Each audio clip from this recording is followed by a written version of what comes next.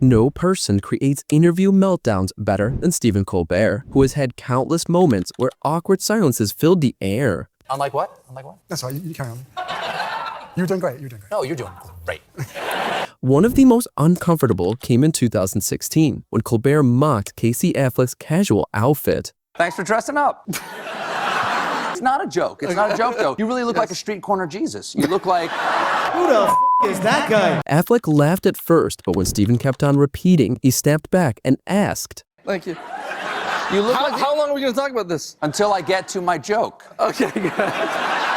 The tension was obvious, making the interview a slow-burn cringe fest. But Colbert's most polarizing moment came with Senator Ted Cruz in 2015. As Cruz tried to question the validity of same-sex marriage, the crowd booed him loudly, forcing Colbert to plead with the audience. You want to change the marriage laws? I'm asking what you want. I believe in democracy. I believe in democracy, and I don't think we should trust... Guys, however you feel, he's my guest, so please don't boo him. To top it all off, Stephen's most talked about moment happened with none other than Prince Harry in 2023. Harry went off the script and said something he wasn't supposed to. It was a slow, deteriorating situation.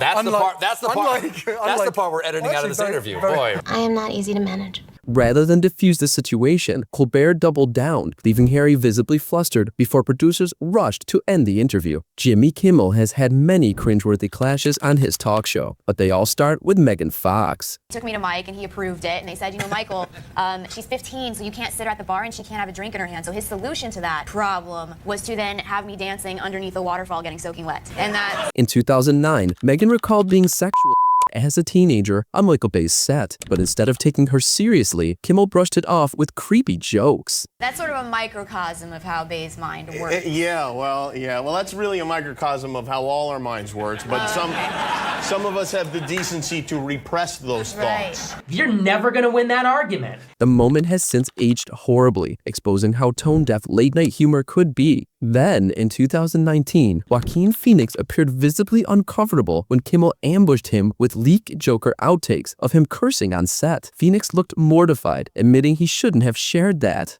Insult. I can't do this, man. Now, what happened there? Who's Larry? Yeah,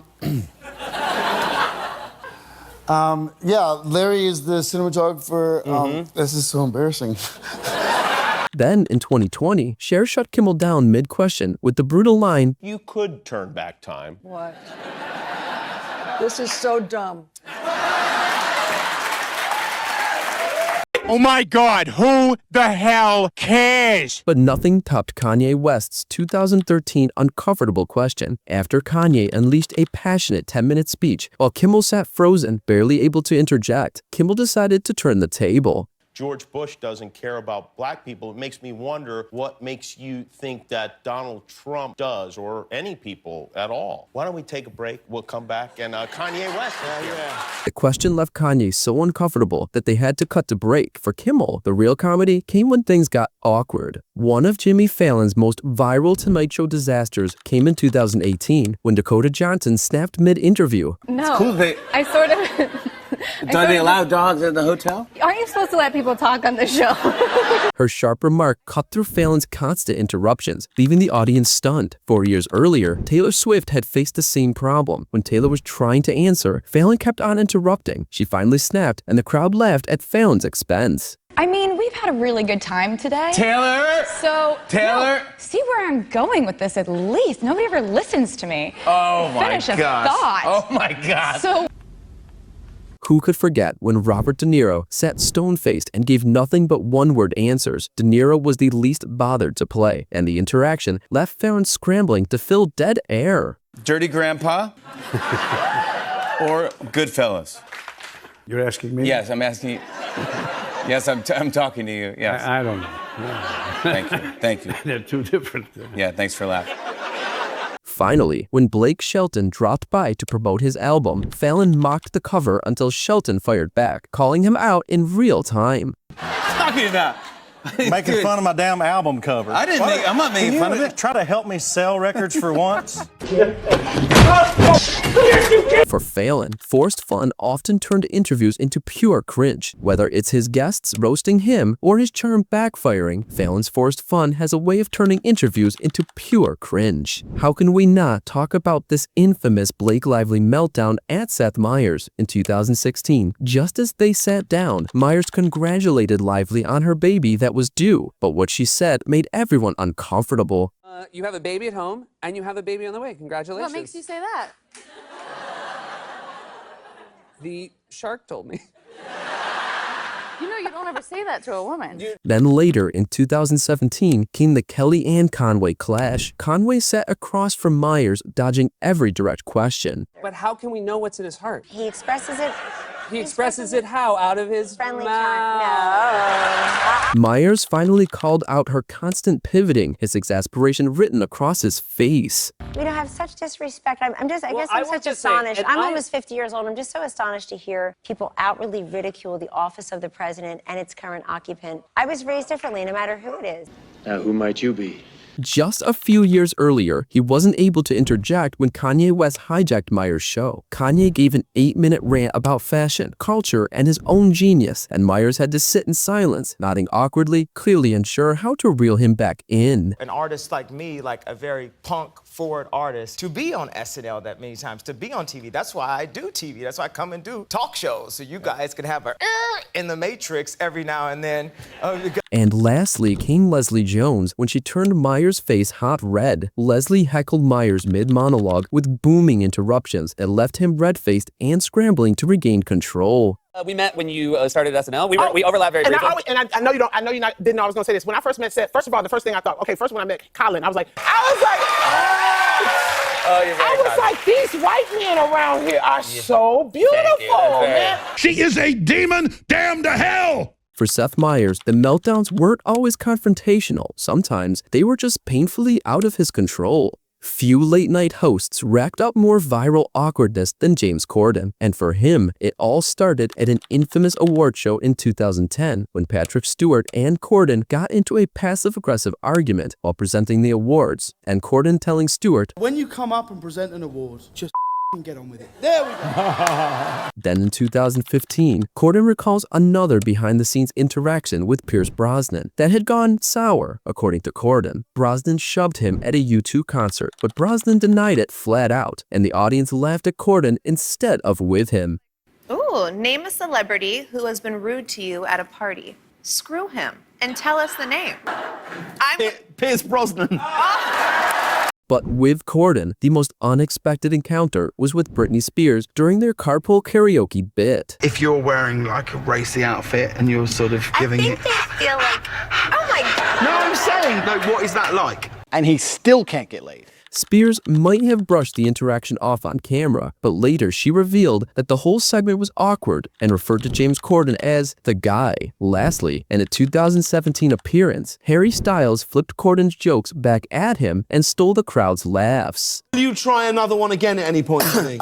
I would say no. Right. One time only? Yeah, maybe. Oh, that's a shame. Unless, maybe the mood will strike another time. Who knows? We'll find out. Now, Aaron, you are known... The energy shifted, and Corden was suddenly the joke, leaving him smiling through gritted teeth as the crowd sided with his guest. Trevor Noah gave us some of the most memorable meltdowns, like back in 2016. Conservative pundit Tomi Lahren went head-to-head with Noah over Black Lives Matter and race protests. To say Black Lives Matter, the new KKK, is to really, really minimize what the KKK did and what they stand for. That is not the same thing. Surely you understand the incendiary feeling of your comments. You know that, surely. Noah kept pressing calmly, while Lahren grew visibly rattled. Then in 2018, Noah got in trouble not with a person, but with an entire country, after joking that, Yes! Yes, I'm so excited. Africa won the World Cup. Africa won the World Cup. Following France's victory, the French ambassador fired back with a stern open letter. I heard your words about an African victory. Nothing could be less true. As many of the players have already stated themselves, their parents may have come from another country. But the great majority of them, all but 2 out of 23, were born in France. They were educated in France. They learned to play soccer in France. They are French citizens. The rich and various backgrounds of these players is a reflection of France's diversity. France is indeed, now that line now is interesting. The rich and various backgrounds of these players is a reflection of France's diversity. Now, I'm not trying to be an asshole, but I think it's more a reflection of France's colonialism. Noah's on-air attempt to explain himself only made things more awkward, and he didn't stop there. Fans were stunned when Noah made tone-deaf jokes about war. And if you're not familiar with the situation between India and Pakistan, just think of it this way. Imagine Cardi B and Nicki Minaj. Now, imagine they both have nuclear weapons. Yeah. And then it goes further on ridiculing Indians by perpetuating the stereotype of Indian musicals, which didn't sit right with the Indian community. But if they did go to war, it would probably be the most entertaining war of all time, yeah? Because the Indian soldiers would run out on the battlefield and they'd be like, time for you to die. We have a problem! This angered audiences across India and abroad. For someone who built a career on sharp insight and calm debate, Noah's jokes sometimes left even his biggest fans unsure whether to laugh or cringe. Few hosts became more infamous for interview meltdowns than Ellen DeGeneres, with the most notable in 2019 with Dakota Johnson. Johnson famously corrected Ellen when she claimed she hadn't been invited to Johnson's birthday party. Dakota, iconic clap back, is still remembered to this day. But years earlier, in 2013, Taylor Swift was cornered into a dating game where Ellen flashed photos of men she'd been linked to. Swift teared up, saying, as the audience grew uneasy, the most diabolical was in 2008, when Mariah Carey was pressured to drink champagne to prove she wasn't pregnant. Carey awkwardly sipped, later revealing she miscarried soon after, which makes the scene even more harrowing. And in 2007, Celine Dion snapped back when Ellen mocked her son's long hair. Ellen's meltdowns proved smiles were not enough to hide the tension. Samantha Bee interviews often turned into unintentional spectacles, like in 2016, when Bee sat down with Glenn Beck. The audience hates your guts. My audience hates your guts more. My audience would like to stab you relentlessly in the eye. The two of them never got along. Both of them later admitted that the interaction between them felt like a bizarre and uneasy attempt at reconciliation that only made the tension more obvious. Then in 2018, Bee found herself walking back her words about New York Attorney General Eric Schneiderman. Just weeks earlier, she had praised him as a superhero for women's rights. But after his abuse scandal broke, Bee denounced him on air, leaving fans stunned by the whiplash. Let me say it louder. You, Eric Schneiderman. That same year, she faced even bigger backlash for calling Ivanka Trump, Let me just say, one mother to another, do something about your dad's immigration practices, you feckless. She always did enjoy a good squeeze.